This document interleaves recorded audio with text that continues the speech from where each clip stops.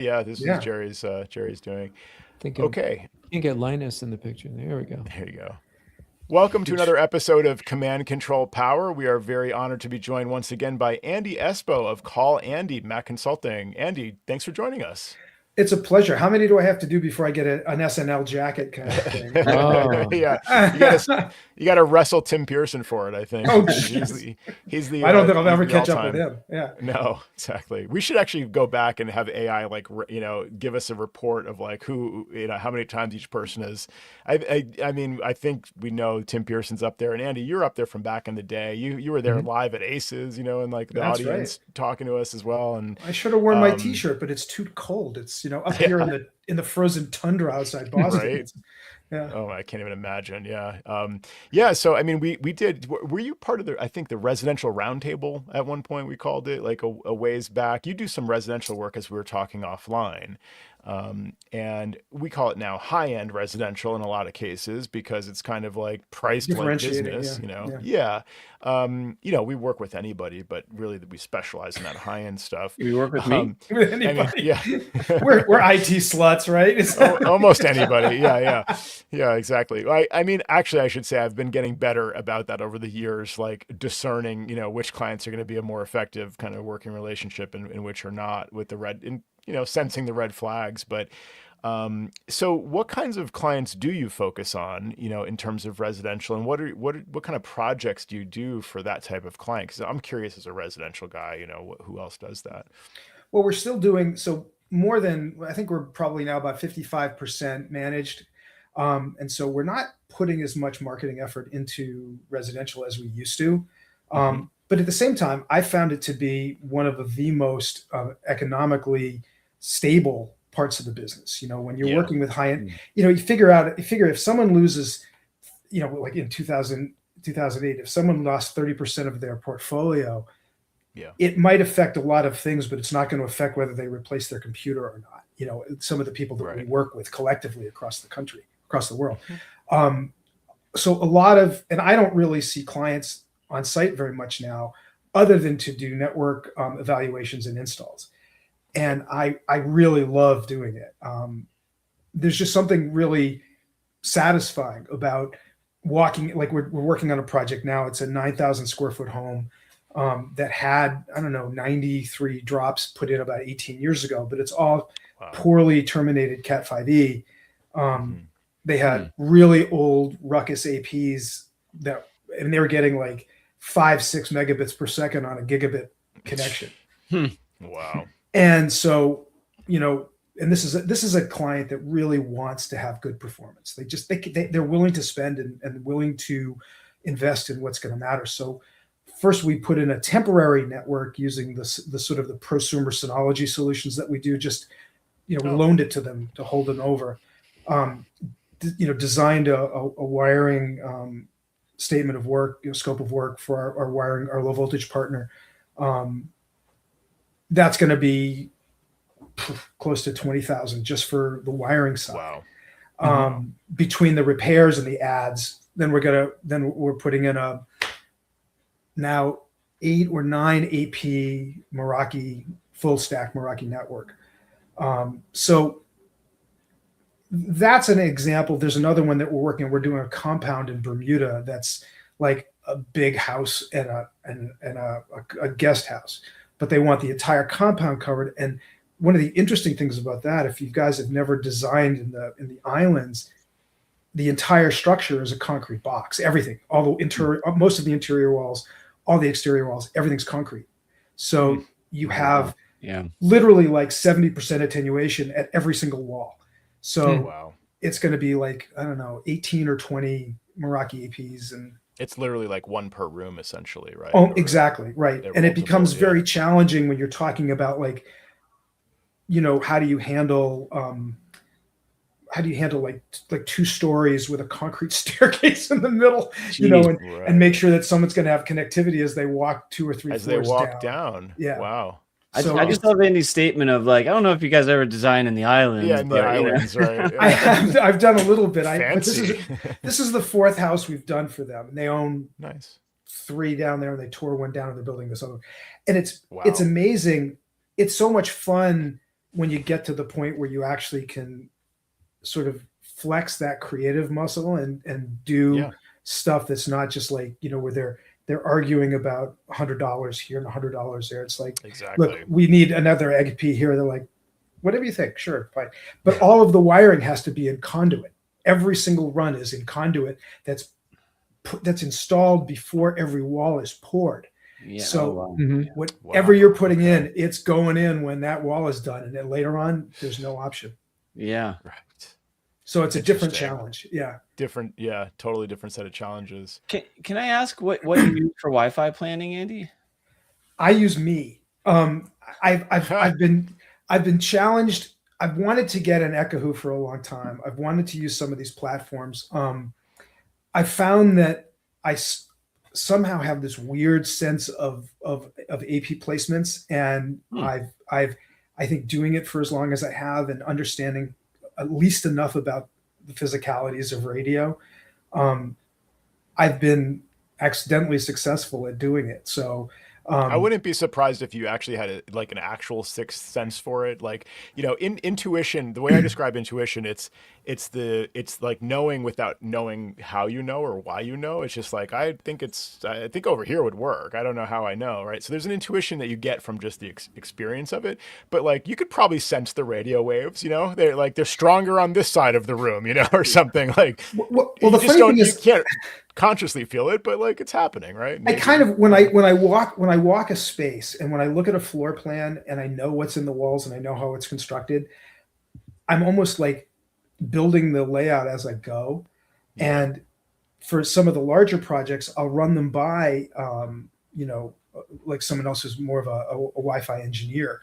And he said to me the other day, he said, I don't know what platform you're using, Andy, but this is like exactly what I would do. and I was, it was like the biggest compliment he could ever pay me, because I'm just doing this.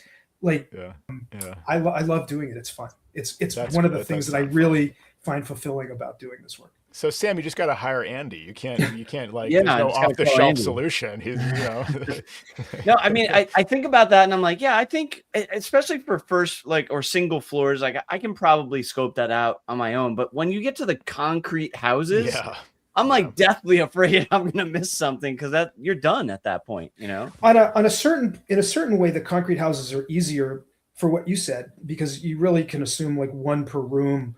Yeah, essentially, because the attenuation is so much beyond. The tougher ones are when you have these, multi-floor houses with different construction materials, and trying to figure out how you get like it's like the geekiest thing that you could say, but it's like the three-dimensional chess set and Star Trek, and you're having to figure out what the floor is like, what the walls are like. You put an AP here, what's going to happen above, below, and to the side.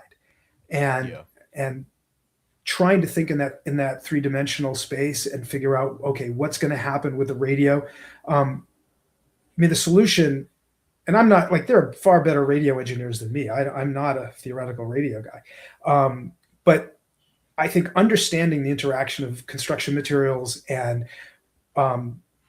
usage patterns, and okay, if the client is here and the AP is right behind him, it's probably going to be so much attenuation through just his body that's not a great location. So how do you deal with it? How do you deal with, for instance, architects who say, oh, we don't want to have anything visible. Right. And so now you have them stuffing cabinets. And for what we all know, I'm sure everybody who's listening, getting to clients when they're either under construction, whether it's commercial or residential, or going through a reno, that's just, okay, let us use this opportunity to pull cables. If we can get something from the basement to the attic, for instance, right, then we can come down and we can come up from a basement, and and I've always said it's better to have it and not need it than need it and not have it. That's right. So it's kind of become like, I don't know, a little bit of a passion for me, in between like the rest of what we do in the business. So. Sure. I want to hear more about the rest of what you do also, but staying on the low voltage wiring topic and planning Wi-Fi. So you also work with these contractors. So you're going in and you're intuitively saying, I need an AP here and here and here. And you're sort of then taking, I guess, a floor plan, mapping out the locations. And then from what I found in the past is it's difficult to communicate what you've learned and what you need and spec that out in a format that other people can run with, I mean, it seems easy to me. Like I can just put a little, like icon here, here, and here. Like those are the APs. I need, 2 drops over here, and it all needs to be a home run back to this closet. Like it's easy to kind of put that into a floor plan, but it doesn't always get done in practice because they get a bright idea in the field. Like, well, that room's really hard to get into, but like it's just one room over, and then they just like on the fly like figure something out. So how do you communicate like the spec of the job, whether it's the wiring types and locations and things like that, and then how do you ensure that they don't just like kind of get a wild idea in the field and kind of do their own thing and say they'll like this better, this is easier for us, but also it'll be fine for them, that kind of thing. It's a great question, and it's there's a lot of nuance to it. The first comment is that you have to have a client that's along for the ride and is willing to commit to what you're describing, and you also have to find where in the sort of the price tiering they fall. And the wiring, the wiring is sort of regardless of which platform you're putting in. Whether you're putting in, TP-Link or Synology or Meraki or or whatever. Behind every good wireless network is a great wired network, and and all the retail stores will try to sell you on Google Fi or whatever the mesh stuff is. And try that in a concrete building. no. It can be. It depends on the type of construction. It can be good enough, and that's really, to me, I found that's really where you have to kind of qualify the client. Like, what do they want? What are they willing to accept? What's good enough? And if they're like, well, 5 megabits is clearly there's only upside from there, but it's absolutely true. No latency, full bandwidth, because they're gonna check the speed and they want to see big numbers. That's big. That's different clients, from good enough. Yeah. They don't know the difference between. All they know is that it's not working. And if you tell them, hey, go and do a speed test, they don't even recognize that. Yeah, they can have 500 or 600 megabits up and down, but if their ping time is 30 milliseconds, their video calls are going to not be very good. So there are those things. And so I find that educating the client to what these 3 numbers are and where their comfort level is. And not every client is willing to go for this ride. And that's okay. Right. Like, and that's how we sort of define, like, okay, what are we going to install and what can we expect and what are you willing to do? When it comes to the physical installation, I describe it, I think I sent you this document. We see it as kind of a C-shaped relationship if it's a larger project, where it starts with us defining what they need and designing what the layout's going to be and specifying the project. So we get floor plans. I put the floor plan into Lucid Chart, and I'll just sort of I'll start to say, okay, TVs, and we wire to every TV, anything that can stream. Anything that can be wired, we wire, and that's just the baseline. And then we start saying, okay, we want access points ideally on the ceiling if we can get them there, and if we can't, how high can we get them on the wall so they're less likely to have interference? Now, the bane of my existence when it comes to this is, someone's cousin or brother-in-law that is an electrician, or the electrician that's working for the contractor doing the project. And someone says, oh, can you run this low voltage stuff? Oh yeah, sure. It's no problem. It's the same thing as Romex, right? And we went through one earlier this year where the architect who we know sort of forgot about this and had the guy do it's like 12 runs, 14 runs through a 6-story brownstone in Boston. And, most of the walls are metal lath and horsehair plaster. And every single line was either cut or misterminated, and nothing would work. Plus, they only ran the service enters the building at the back left corner, and the network closet is in the front right corner. And they ran one piece of coax from there to there. So that's the only means of carriage we have for the incoming, internet signal. So what we try to do is we've written this document that basically says, okay, if you want to use your electrician, here's what we insist the electrician know and be able to do. And the defining difference is, and it must be tested and certified with a level 3 tester and a report given to us in a PDF. Nice. And most of the or else what? That's my question. So when you know, because like, okay, they agree to play ball, and then like, so then like, does that mean obviously you can't necessarily? Excuse me, I'm going to close the door just a Yeah. second. Okay. Cool. Monica's on the phone back behind me. There we go. We're blaming on Monica. Here we go. Before you answer that, Andy, we lost a client. We were working with the vendor that we spoke about before we started the show. It was a giant like pet store, kind of like they were going to go like a big Costco kind of thing. And we laid it all out for them. And they had a buddy who was a family member who was an electrician. They told us well-intentioned friends and relatives. That's Yeah. what we were not acting in their best interest, and we lost the client. Wow. And it was Right. I remember that. so like all bets are off, but you provided as a sample to Joe and I and Sam, like you were talking about. I don't want to interrupt your flow here. The document spec that you were talking about. Yeah, it's a great document. And so then what does there have to be a consequence? So it's like, you know, we need you to do X, Y, and Z, and it has to be certified and tested with this kind of tester, or else like we can't guarantee that our work is going to be, you know, is going to work the way you want it to, or like it might, our charges might be double because we've got to work around these issues. Is that basically what it comes down to? I think it veers off into the same conversation that we have when we're talking about whether we take a client on or not. That if they're willing to trust us, they either trust us or they don't.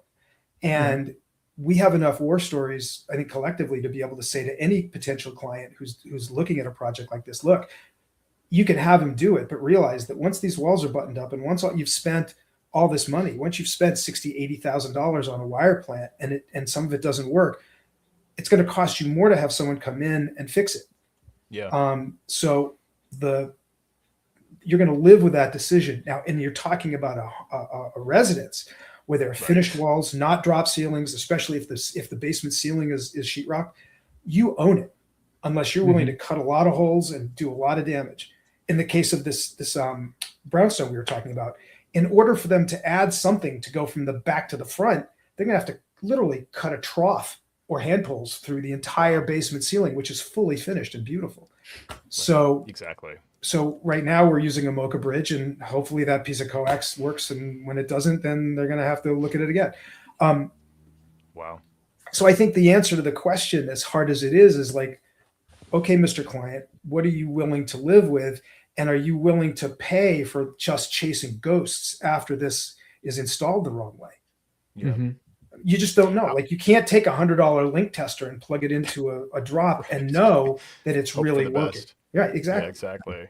Yeah, well, so some of the things I wanted to call out from this document, it's a great document that you shared with me after our conversation.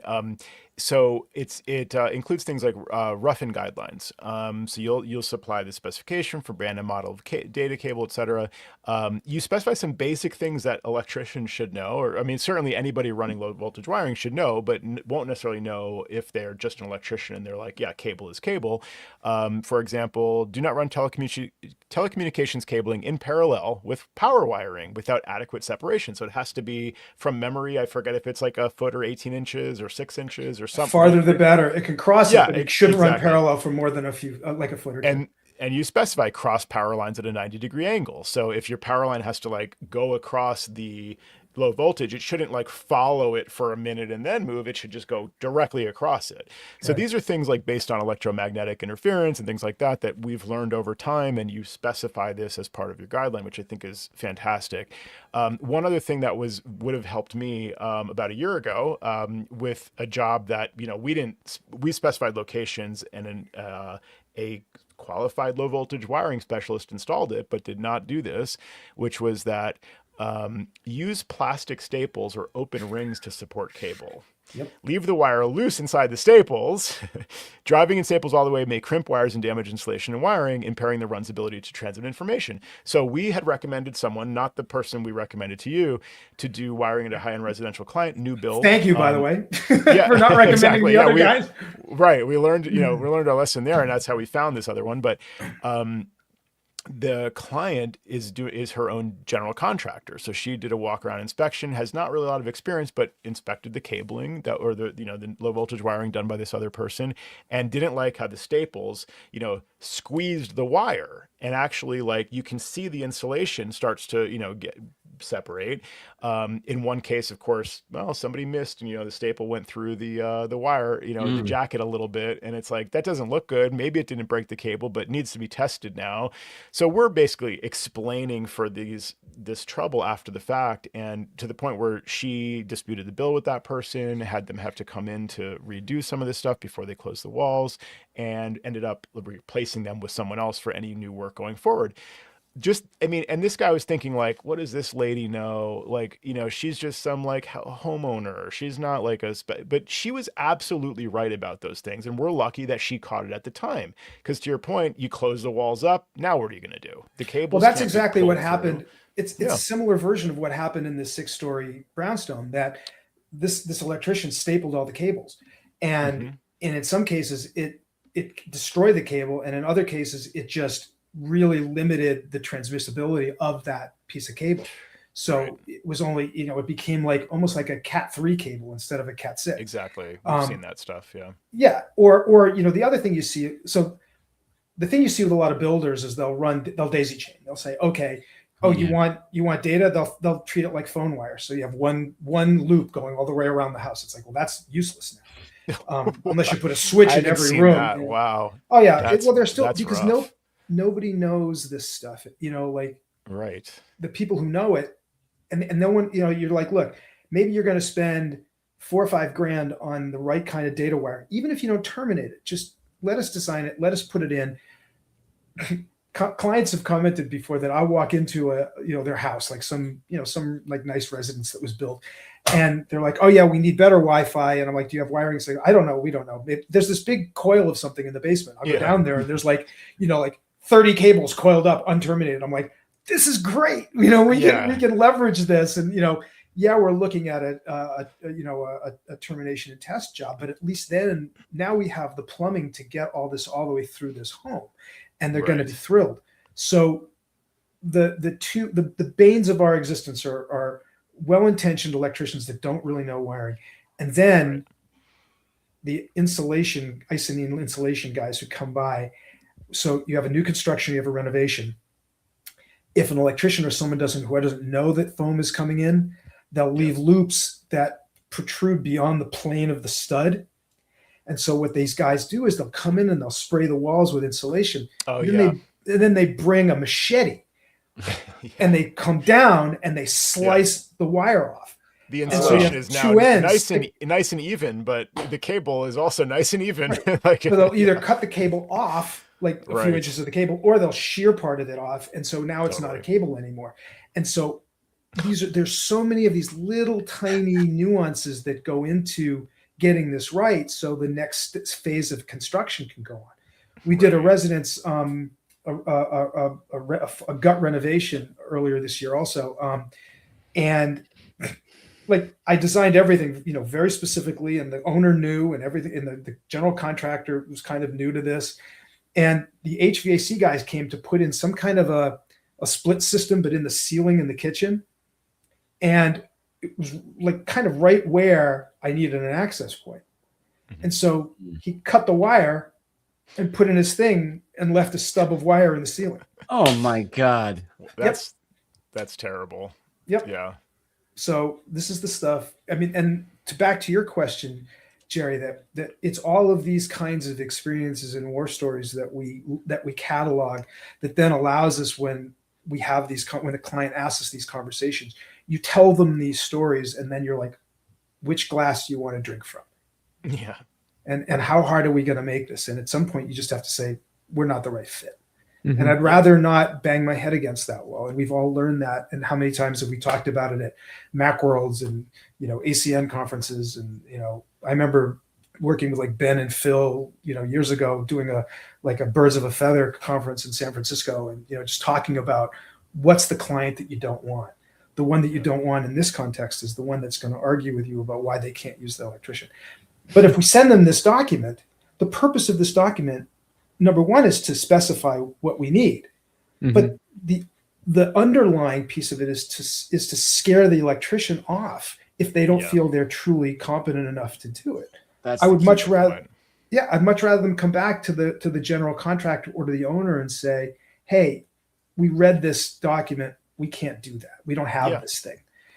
Then the client can come back to us and say, hey, our electrician can't do this. Can you? And they're like, absolutely. We have our low voltage wiring partner, and it's going to cost more, definitely more, but you're going to get a great result. And in fact, if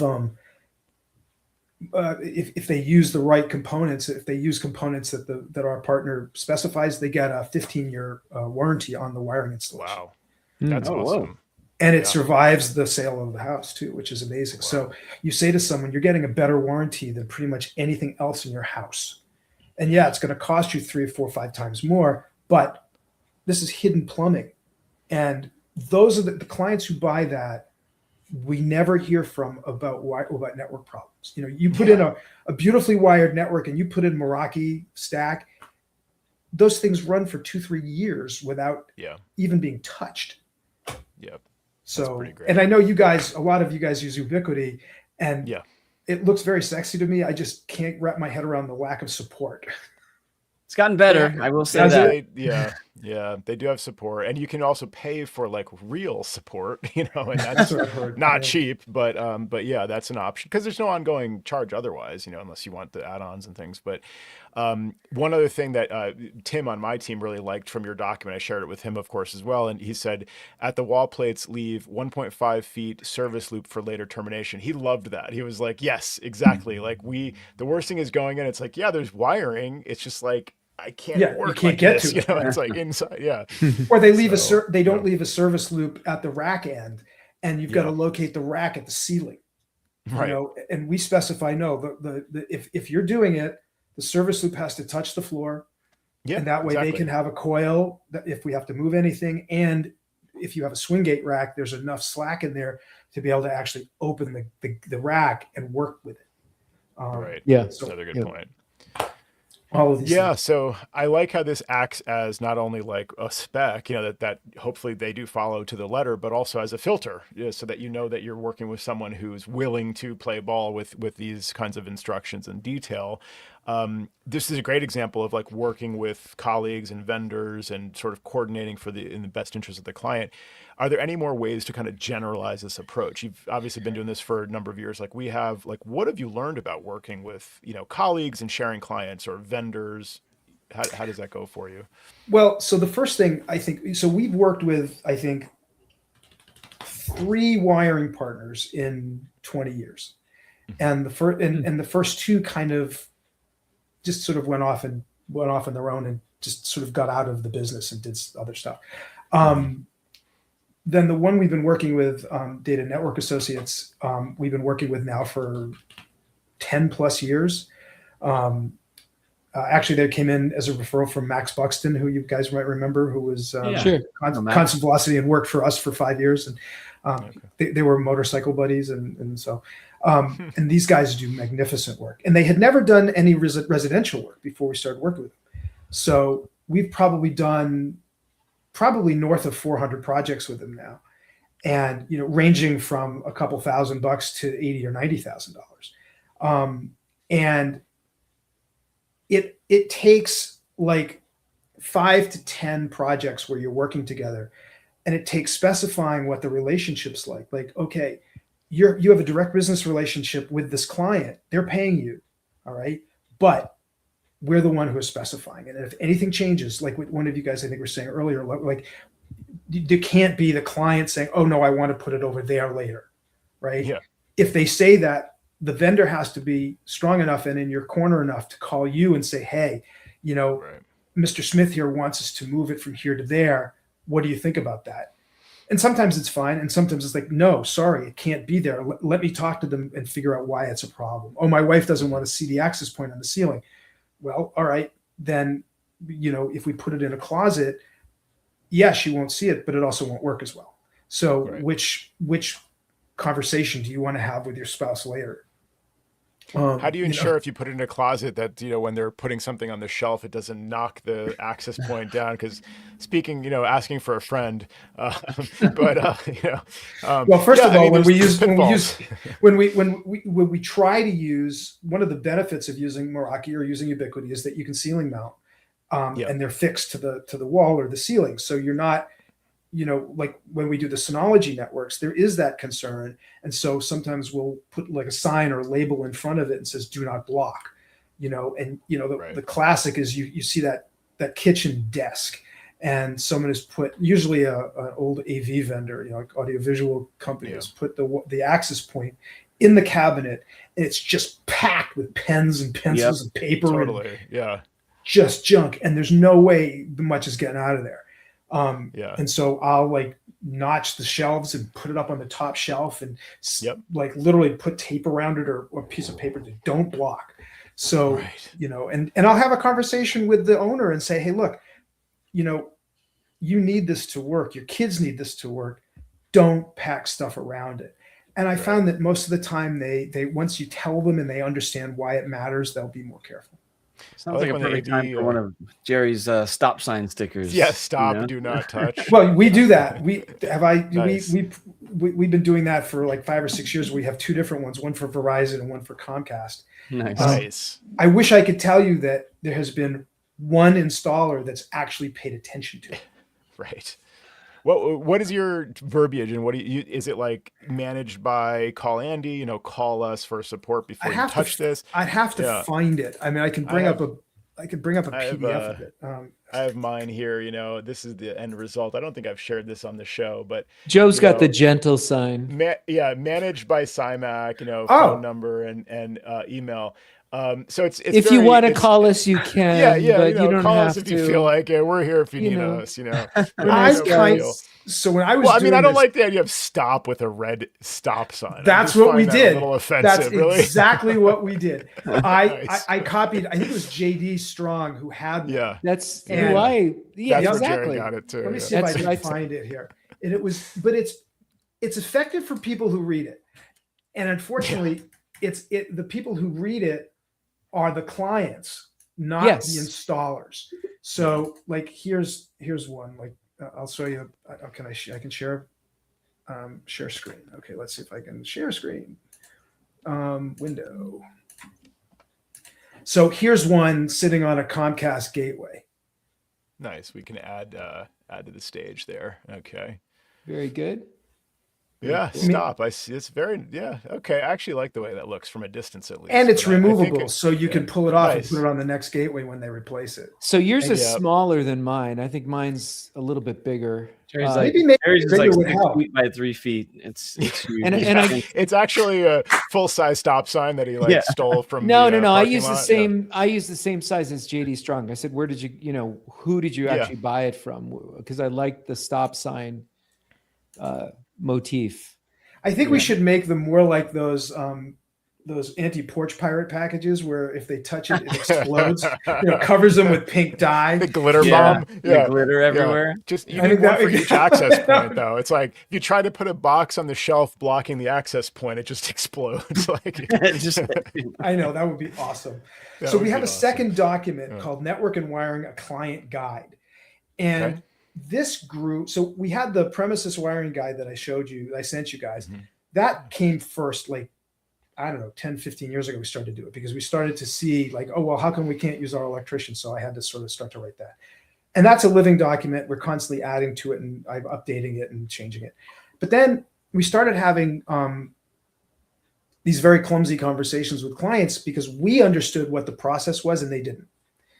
And I finally, after a conversation with one guy who was frustrated with our approach, I realized it's like, okay, we have to write something. And so it's really an expectations document. It's a managing expectations document. And it talks about like, okay, thank you for considering us. Like it starts with ultimately the ideal network is one where whatever devices that can be wired are wired, leaving the Wi-Fi bandwidth to the devices that can only connect wirelessly. And then we go on to describe like, what are some of the obstacles? Why might it cost more? Why might it be more complicated? Why might it, what drives expense? And then we talk about this C-shaped concept where there's us at the beginning, there's the wiring contractor in the middle, and then there's us at the end installing the equipment and testing it and making sure that everything works. And explaining also in that document, like we wire TVs, we wire Apple TVs, we wire anything that we can wire, we want to run a wire to. And whenever we run, our low voltage contractor pretty much says, if you're running one, you're running two. Yeah. And if they need two, we run three. If they need three, we run four. And my explanation is the money is in the labor, not the wire. Yeah. And if one fails, now you have another one. And it's less likely that they're going to cut through two or three and then just have one left. So yeah, or just, obviously adding a device down the road, or something like that, where rather than adding a switch, you've just got a spare port, in many cases. So exactly, and tucking these switches behind TVs and in closets and stuff. It's like, or the other thing that I hate is daisy chaining Macs through a VoIP phone. Oh yeah. Yeah, now, it's a little better now. Yeah. The older phones were the older ones were 100 megabit. The newer ones are gig, at least that. But at least they're gig, yeah. Then someone like unplugs their phone or moves it, and the computer's just sitting there, and they're like, "Oh, my network sucks now." It's like, well, yep.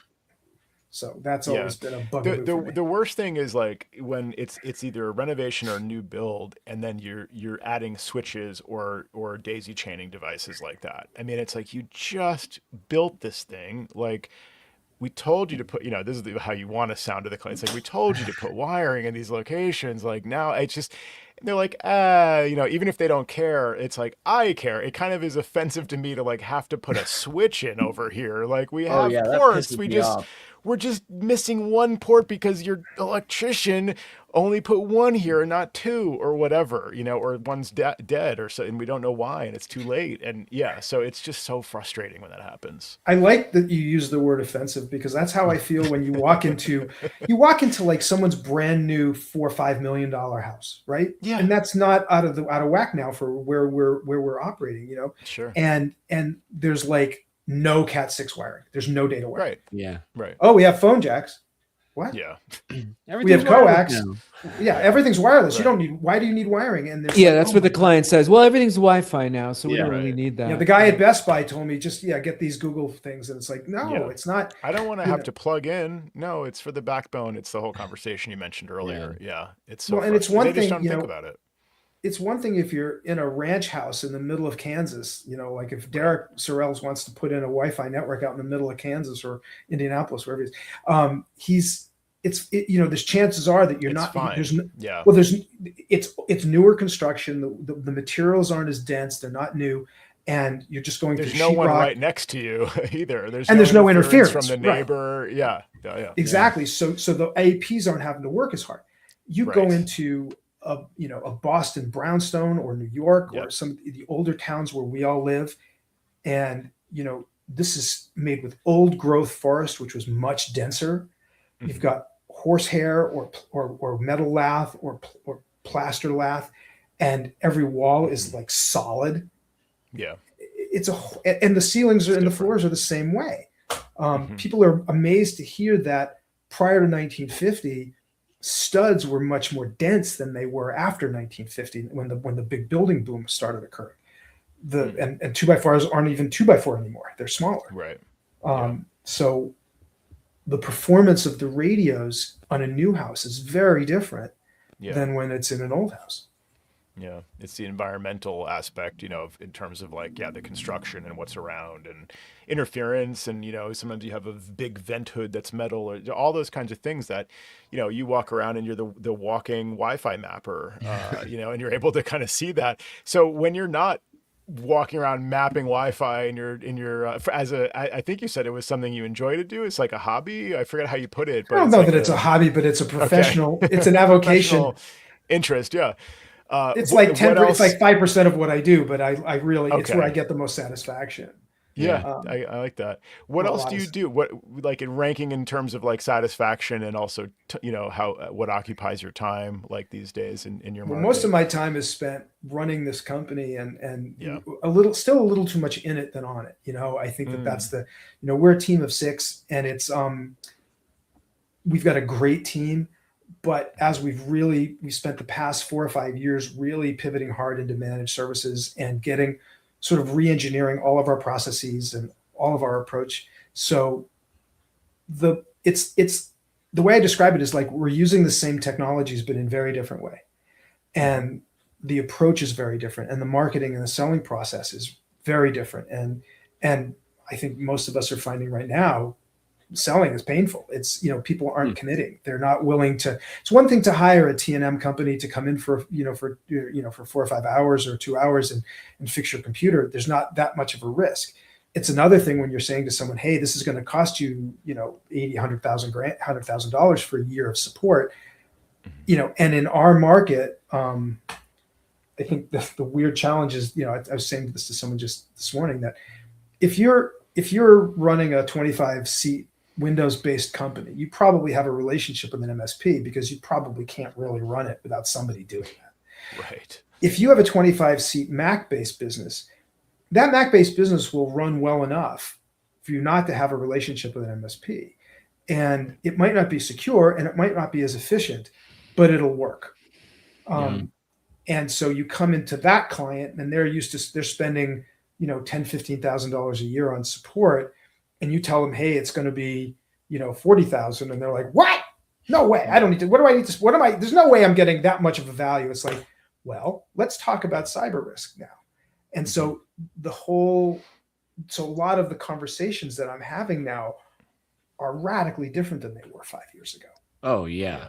Big time. The amount of cybersecurity conversations that are part of the, just the introductory piece. And it's like, we're not just like fixing your Mac and replacing the hard drive anymore. It's like, there's so much more to it that I think 5 years ago, I probably never anticipated myself doing cybersecurity, let's say, just 25% of my conversations are around cybersecurity. Yeah. It's pretty crazy. Constant. It's constant. And the tough part is that for us in this market, we're oftentimes trying to educate clients who never thought that they have any exposure whatsoever.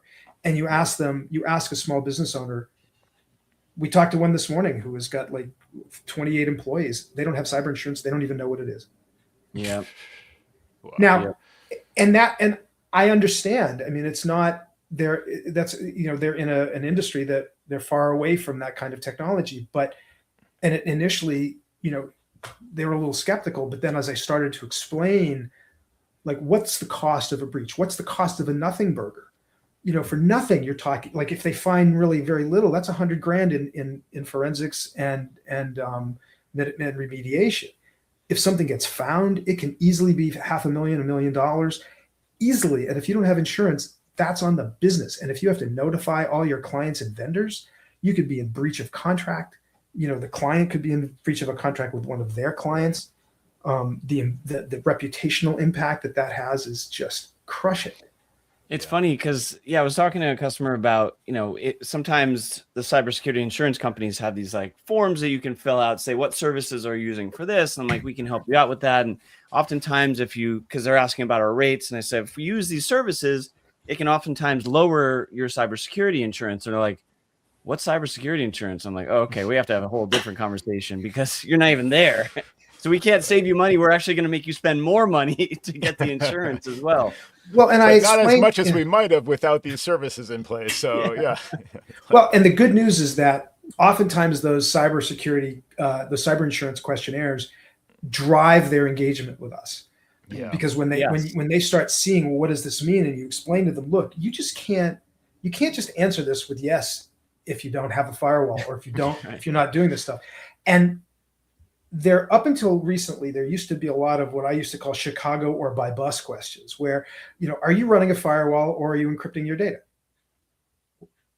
Who wrote this? Like, it doesn't make sense. It's not an either or question. Oh, yeah, right, exactly. Yeah. Right. I mean, there's a lot of these weird questions that it's hard enough for us to answer, never mind for someone who doesn't know what they're talking about. Right. So now I'll go to like a networking event and I'll say, here's my tip for you guys. Like, when you leave this event, go call your insurance agent. We have no vested interest in this, but you really, personally and professionally, you've got to have cyber, protection. Mm-hmm. Why? Oh, here's why. And we explain the why, and suddenly that gets some traction. And I hate the fact that it requires some fear. Yeah. Right. But the comparison is 15, 20 years ago, we all had trouble selling backup, right? Yeah. It was hard. You're trying to convince someone to buy backup. It's like, oh, what do I need that for? Now everyone is either lost data or knows someone who's lost data. Yeah. So selling backup is nothing. Selling cyber insurance to someone who's never had a breach or doesn't know someone personally who's had a breach, that's what backup sales were 15, 20 years ago. That's a good point. Hey, I want to ask you a question because you mentioned a networking event. Do you find that you gain this? I know it's not all about just gaining business at every meeting, but like, do you pick up business from the people that you meet with that are business owners there? Sort of. I've only been doing it now for about a year and a half, and we've gotten very few clients out of it, but it's certainly raised a lot of people's awareness of what we're doing. Yeah. So we have a really nice exhibit now. We have banner stands. We light it. We have this whole thing. Coming from the event business, I kind of had an advantage. I know how to design an exhibit that looked nice, which I'm proud of. Oh, thank you. Oh, yeah. Thanks very much. It's nice. And we have these, we give these away. Yeah. Nice. So, Nice. And that goes along with our branding. So you go into an event like that and you can't look at it as I'm going to come away with a signed contract or even something close.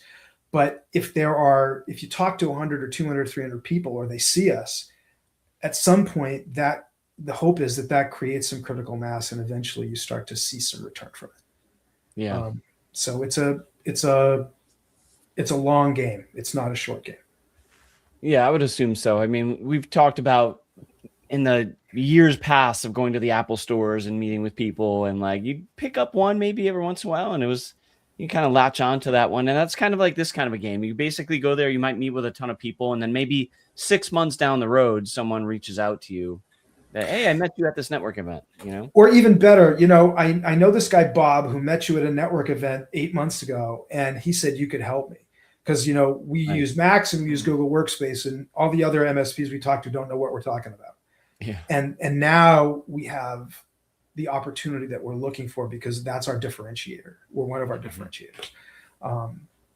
So yeah, I will say the thing that just stuck with me that you said a little while ago was something, I forget if it was like a 25-person company or whatever, but like that are running Windows, they need an MSP, but like a 25-person Mac company could just kind of float. They don't know that they're just floating, that they're like lacking so many things, but they could just cruise by life, Yeah. Exactly. And it's possible that they might be like, what do we need this stuff for?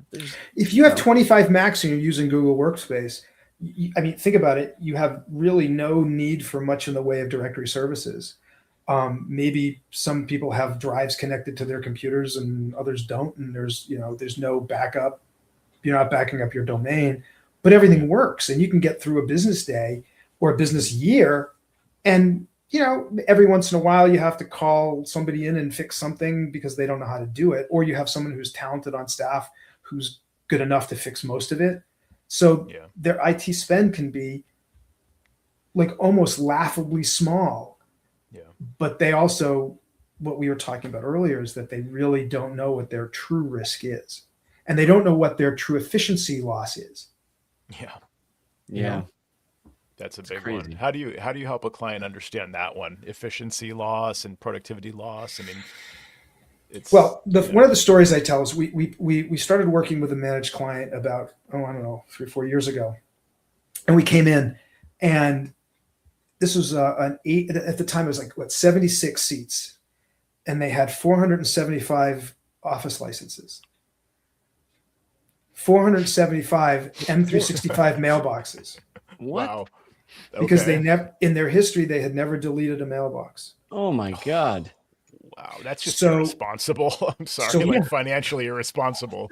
Like true. They could have been paying their employees more. Come on. So platform audit has become a big part of what we talk about with managed clients. And that first year, we saved them $80,000 between that and other platform costs that they were overspending on. And some of that was recurring. So Yes. that's one of the things. It's rare to have that kind of a win, but it's a great story and it's absolutely true. So, and they can feel when I'm saying it, I'm telling them that it's true. Yeah. So the other I'll talk about, like, okay, imagine you have someone like me who's got attentional issues, like ADHD guy, right? And every five, their machine is slow. And so the person who's using that computer checks out whenever they're waiting for their computer to pinwheel around. And Right. you're losing a minute, every hour, or 2 minutes every hour, or 5 minutes every hour with that pause. How much time is that? And with someone with attentional issues, it's not just the 10 minutes that they've lost, but it's you've lost their attention, you've lost their connection to what they're working on. So really that's exponentially larger than just the 10 minutes of lost time. And so you start, and then you say, okay, how much are you paying your people per hour? Yeah. How many hours so you're losing 1, 2, 3 hours a week because this machine is like really old, some 2016 Intel based MacBook Pro, right? And they're like, well, we can't afford to upgrade. It's like, well, this computer, what you're losing in productivity is costing you 4 times what that machine is worth, or what a new machine would be worth. And when you frame it like that, it can take time and it can take a lot of work to get to the point where you can get to that granularity and trust. But those are the people that once you can get them to understand it, and then you get to change their platform and everything's current, then they see how quiet things get. Yep. Then it's a new day. That's a great point. I've had a few examples of that where, I mean, it's like years in, they take our advice finally, and they get to the other side of it, and they've got an up-to-date fleet of hardware. Everybody's running an up-to-date Mac OS, and they all have current Office versions. And this is like the after. The before was like some people have crazy old versions of Office. Everything's out of date. It's Intel machines, whatever, and they think it's fine. They think they're, as Jerry puts it, they're saving money because they are deferring this cost, right? They come back to us after getting through that, and they like volunteer that I can't believe how much better it is now. Like we didn't know what it could be.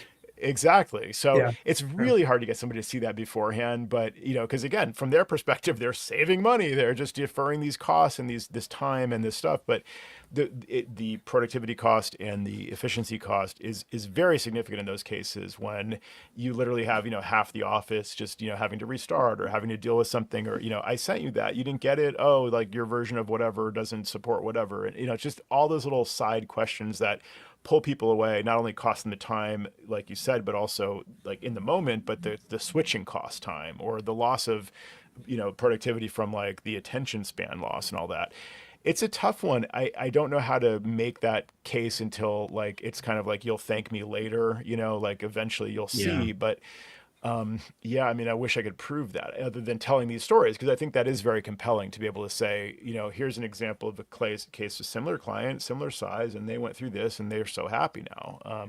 I'm always kind of amazed how few people ask for references, because I would love, there was one really large opportunity that we were working on, and they just didn't want to bother calling our reference.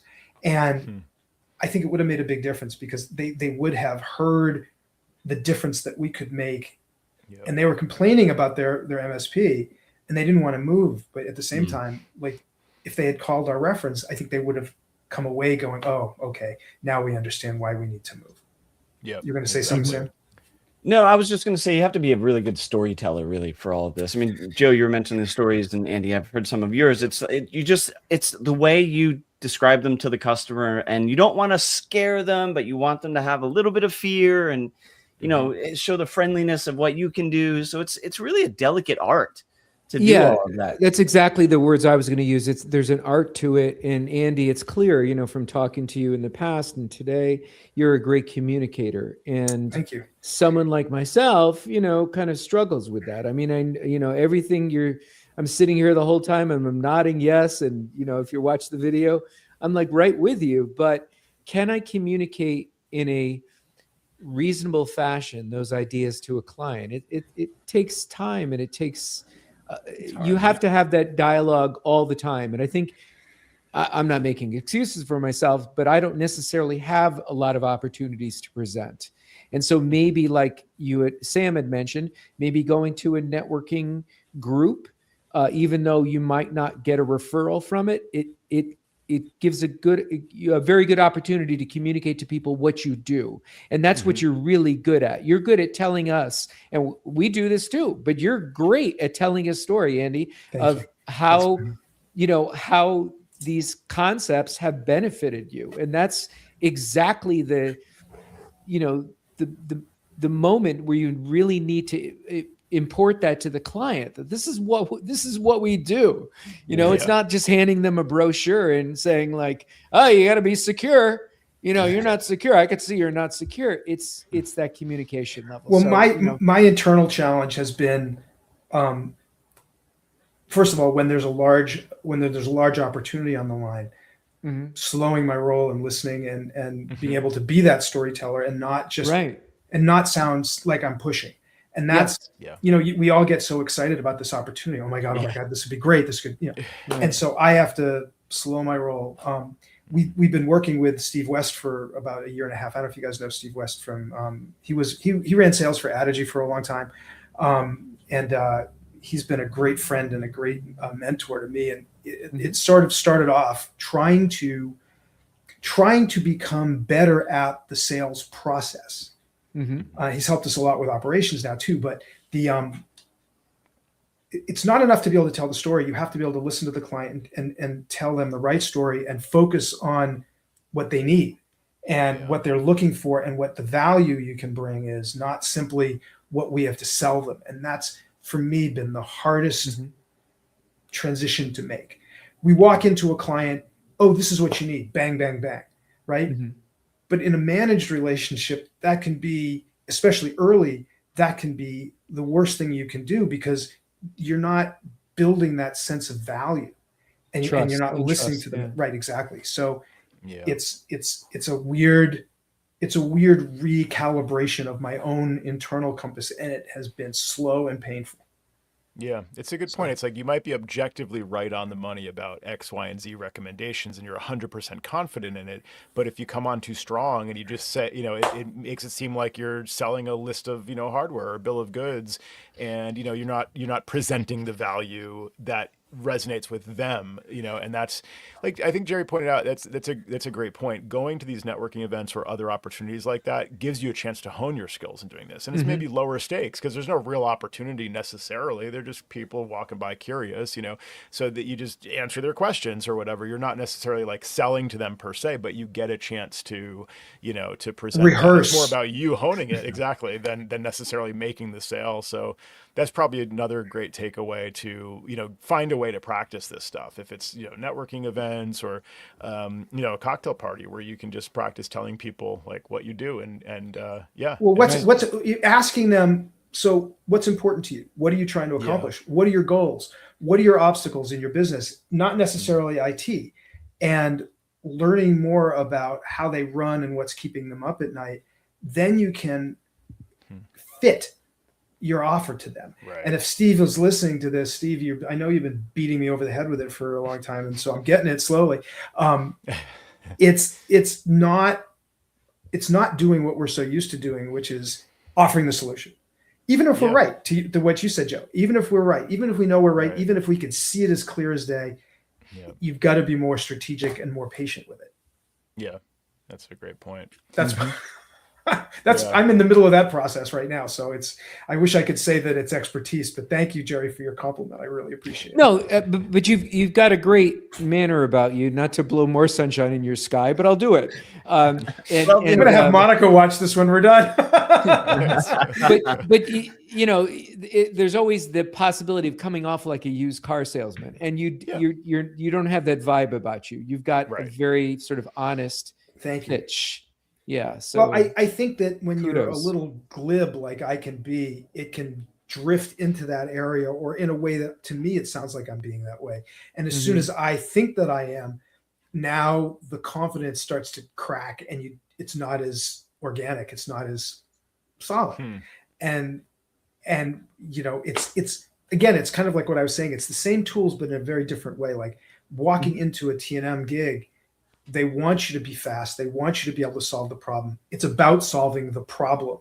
Right. With managed services, it's become more and more about the strategic relationship and gaining that trust early on, as you said, and making sure that you guys are operating on the same track, and that they look at you and say, we have to work with these guys because we can't work with, no one else has understood us like these guys do. Right. That's I'm also wow, thinking that's about a good maybe point. writing some malware just to show them how bad their situation could be. And leave it with them if they don't buy. Yeah. That's another approach. I mean, Well, it's an interesting. I think all these things are interesting. I remember when Dark Web ID was first selling, and they said, okay, here you can use the portal to have someone, you can use it to look up your own email address and see in a quick shot what is out there with Dark Web. That kind of stuff, real world, can be very valuable if they can understand it. And that it's that emotional trigger that you have to find. It's because really this is all about creating these relationships and not just about selling stuff. Right. Absolutely. Wow. Now that we've solved those problems, I just feel exactly. Good download of actionable, intel from Andy Espo once again here with I love how to being present with you guys. it, It's awesome. how to communicate it, how to earn their trust, how to present the value. I mean, it's also, like we pointed out, it's a moving target over the years. Like at one point in time, we were selling the importance of backup and like antivirus, and now we're looking more holistically at the bigger picture concerns, and what we've been all along is really a partner to our clients, someone who they can rely on to help them navigate all this changing landscape of technology. And that's what we're trying to do to present solutions and hardware, but really it comes down to that relationship, as you pointed out. So you're either skill, you're either the partner or you're the plumber, and you don't want to be the plumber in this relationship. And we've all seen that when they treat you like the plumber. That's not a strategic partnership. That's a transactional partnership. We want to be in strategic partnerships, and that's really where the rubber meets the road, I think, for us. Yeah, absolutely. That's a good point. Thank you. Yep. Well, I would encourage listeners to find you on, I see you on Slack, on the Mac Admins Slack, and also callandy.com, I guess, is the other main point of contact. Anything else you want to promote, Andy, or mention in parting here? No, I'm just thrilled to be on the show again, and I love that you guys have. What episode number is this now? Oh, Jerry might know. 650 or 60. I don't know. Yeah, I mean, that puts you in pretty rarefied air, I think. I don't know how many other podcasts are out there with that, and the commitment that you guys have made to both your podcast and the community, I think, is really laudable. Thanks, man. Thank you so much. This will be 649. You're going to be nice. Wow. At least it's not 666. We don't have to worry about it. I'll just skip Maybe you skip that one, right? Exactly. You probably should skip that one. Yeah, exactly. Like the buildings that don't have the 13th floor, right? Yeah. Exactly. Well, I hope you guys stay warm. You too, man. And have a great holiday, and everyone out there have a great holiday. And thanks again. Same to you. I don't know what happened with Joe. Can you guys hear me? Oh, that's weird. It blurred out for a second for me too. I don't know what's going on. And he's saying goodbye, and we're being all heartfelt, and Joe's like, "I'm gone." Kristen told me that's the Irish goodbye when you just fade away. Fade into the distance. Yeah, exactly. Homer Simpson into the hedgerow. Exactly. Totally. Yeah, exactly. That was me. That was totally my blur happening. Well, as we fall apart at the end here, thank you again, Andy, for joining us. Andy Espo of Call Andy. Thanks again. Good night, all. Good night.